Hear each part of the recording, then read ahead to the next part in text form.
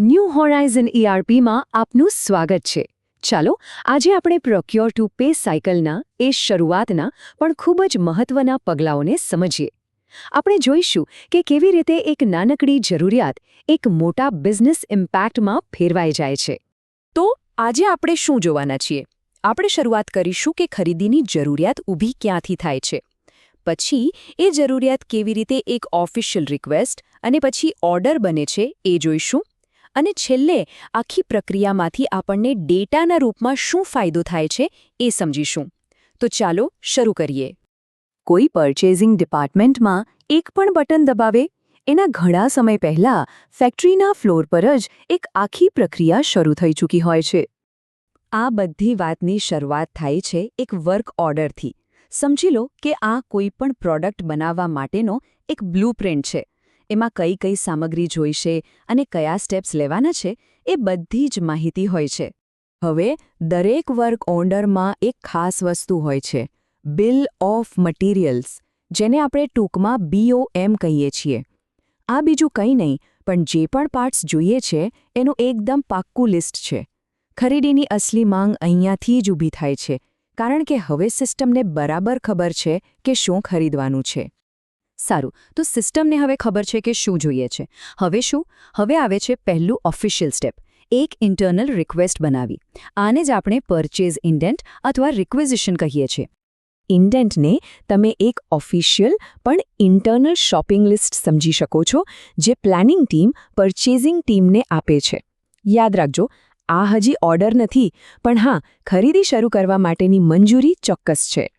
આમ તો સિસ્ટમ આ બધું ઓટોમેટિકલી જનરેટ કરી શકે છે, પણ જો જાતે બનાવવું હોય તો બસ આ અમુક મુખ્ય સ્ટેપ્સ છે.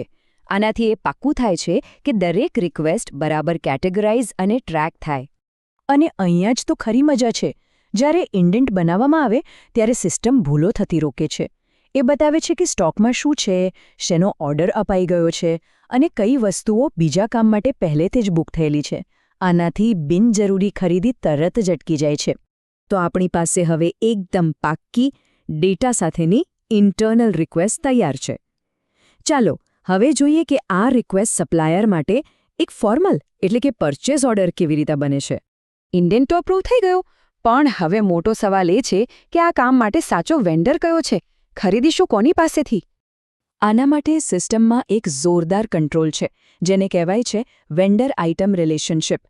આ એક ડિજિટલ ગાર્ડરેલ જેવો છે, જે આપણને ખોટા રસ્તે જતા રોકે છે અને એ સુનિશ્ચિત કરે છે કે આપણે સાચી વસ્તુ સાચા સપ્લાયર પાસેથી જ ખરીદીએ. અહીંયા એક બીજી સામાન્ય સમસ્યાનું પણ સમાધાન છે. સિસ્ટમ માપના અલગ અલગ યુનિટ્સને પણ હેન્ડલ કરી શકે છે. જેમ કે આપણે સ્ટીલને આપણી સિસ્ટમમાં નંગ પ્રમાણે ટ્રેક કરી શકીએ છીએ, પણ વેન્ડર પાસેથી એને કિલોગ્રામમાં ખરીદી શકીએ છીએ. આપણે જે પણ ડેટા એન્ટ્રી કરી રહ્યા છીએ એ ખાલી ઓર્ડર આપવા માટે નથી. આનાથી આખી કંપની માટે એક ખૂબ જ કિંમતી ડેટા એસેટ બની રહી છે. દરેક ક્લિક એક મહત્વની માહિતી ઉમેરે છે. એક ઉદાહરણ જોઈએ. આ જે સચોટ અને સમયસરનો ડેટા છે ને, એનાથી સીધો જ નાણાકીય ફાયદો થઈ શકે છે. જેમ કે ડિલિવરી રૂટ્સને વધુ સારા બનાવીને લોજિસ્ટિક્સના ખર્ચમાં 10થી 15% જેટલો મોટો ઘટાડો કરી શકાય છે. આપણે જે પણ પરચેઝ ઓર્ડર બનાવીએ છીએ એ સીધો જ હાઈ લેવલ રિપોર્ટ્સમાં ફીડ થાય છે. દાખલા તરીકે આ supplier wise purchase history report. તો આ રિપોર્ટ ખાલી આંકડા નથી બતાવતો. એ આપણને કહે છે કે કયા સપ્લાયર્સ ટાઈમસર છે અને કોણ મોડું કરે છે. આ માહિતીના આધારે મેનેજમેન્ટ વધુ સારા નિર્ણયો લઈ શકે છે. એવી જ રીતે PO ટ્રેકિંગ રિપોર્ટ સપ્લાયરનો ફિલ રેટ માપે છે. મતલબ કે એકદમ સીધો સવાલ, આપણે જે મંગાવ્યું હતું એ બરાબર અને પૂરેપૂરું મળ્યું કે નહીં? અને આખરે ધ્યેય માનસિકતા બદલવાનો છે. ઇન્ડેન્ટ્સ અને PO બનાવવાનું કામ ફક્ત ટ્રાન્ઝેક્શન્સ પ્રોસેસ કરવાનું નથી. આનાથી ટીમના સભ્યો ખાલી ડેટા એન્ટ્રી કરનારા નથી રહેતા, પણ પ્રોસેસના માલિક બને છે. એમની ચોકસાઈ અને મહેનત સીધી જ કંપનીને વધુ સ્માર્ટ, ઝડપી અને વધુ નફાકારક નિર્ણયો લેવામાં મદદ કરે છે. તો વિચારો, જો દરેક ક્લિક આટલી મહત્વની હોય તો પહેલી જ વારમાં બધું સાચું કરવું કેટલું જરૂરી છે?